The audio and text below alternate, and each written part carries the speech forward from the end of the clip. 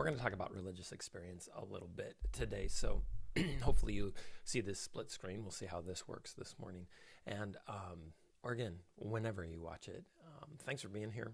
My name is Pastor Tim Gillespie, obviously. So we're going to talk about religious experience. And if you want to know how you would define it, it starts out as kind of this experience that hits you, right? If you've ever been on a mountaintop and you have one of those moments of, hey, this could be, this is spiritual, if you will. This is religious. This is something other, something beyond, right? You're watching a sunset. You're watching a sunrise. You're at the top of a mountain and you can see so much, the curvature of the earth, and you realize like this has to be bigger than me. Is it something that you believe in? Or is it like this feeling that you get about who God is? It really can be all of those things. It can be kind of none of those things. It's transcendent in some respects. It's beautiful. It's also a little bit scary. Let's see if I can make that a little bigger. There we go. It also can be a little bit scary at times.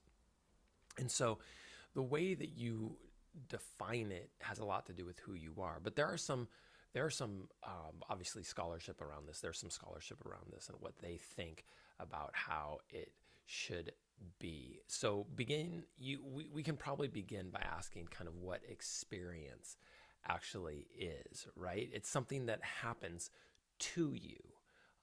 And religious experience then is something that happens to you and you perceive it as religious. You perceive it as something spiritual. Now, it happens around church a lot because that's all you've already kind of assented to the idea of religion or faith.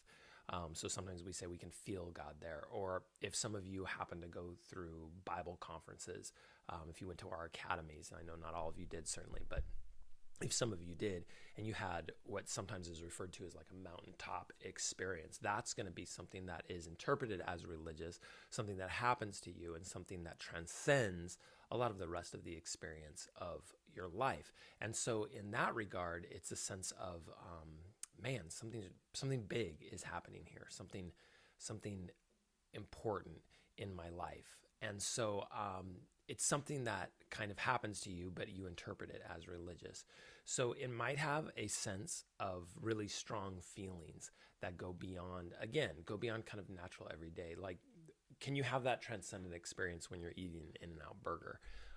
Probably. Would we define that as religious? Maybe, maybe not. I mean, I don't think many of us pray to the gods of In-N-Out, but sometimes it's so good we go, oh, I love this burger, or it's a strong emotion. In that way, we can probably say that love that we have for other people is also a strong emotion, and that can almost be seen as religious. The term religion really comes from the Latin word, which is religare, which means to bind yourself to something. So there's this idea that you are bringing yourself together with something, and that thing is kind of helping to define you in a lot of different respects. And so, the question is, what is your religious experience bound to? What is your experience bound to? What is your religious experience bound to? And so if we were going to summarize it, I guess we could say one's experience of God is not necessarily an experience separated from the rest of your life. So there's not this bifurcation. And this is probably an important point. We often think that religion, how do we say it? We say, oh, how's your spiritual life? I'm a pastor, so that's a question I'm supposed to ask a lot, right? How's your spiritual life? But that's maybe not the best question. When someone asks me that, I always wonder what they're asking. Are they asking like how many times I pray? Are they asking what's my religious habits? Are they asking how I feel about God today? Because it may be a bad day. I might not be feeling great about God that day. There's a lot of different ways that we can interpret that and we can think about that.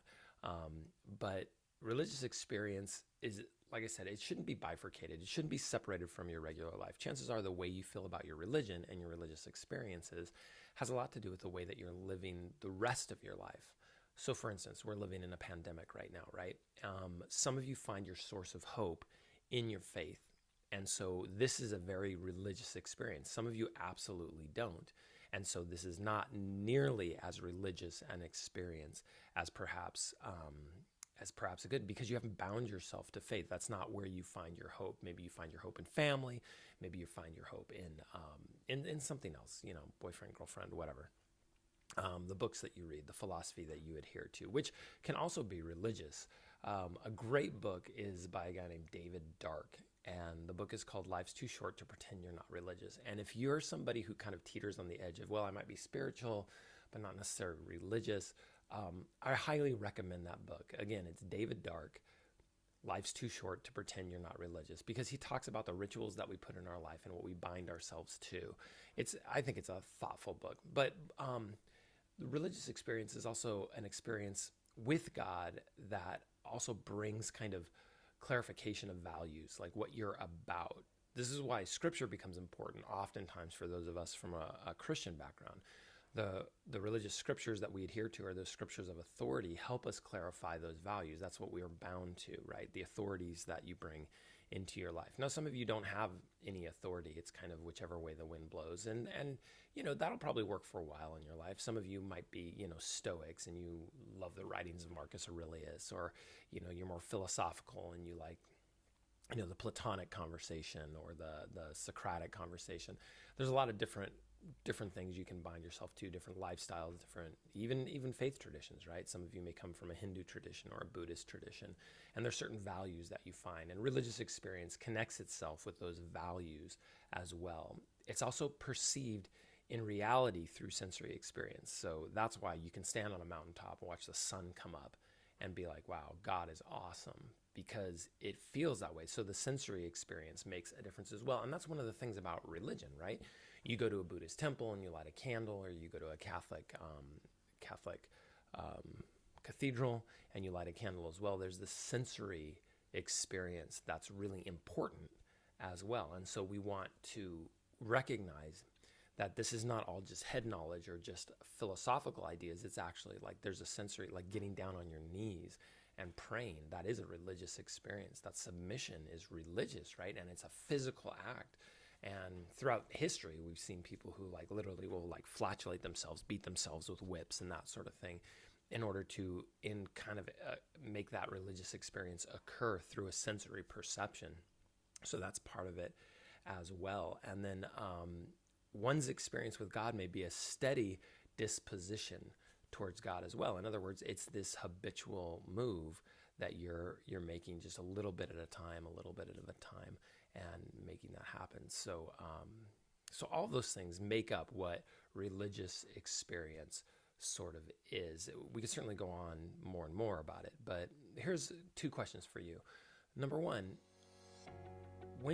have you ever had a religious experience? And then number two, what was that? How did it play out in your life? And what did it do? Like, was there any lasting changes that happened? I want you to think about that as we continue this.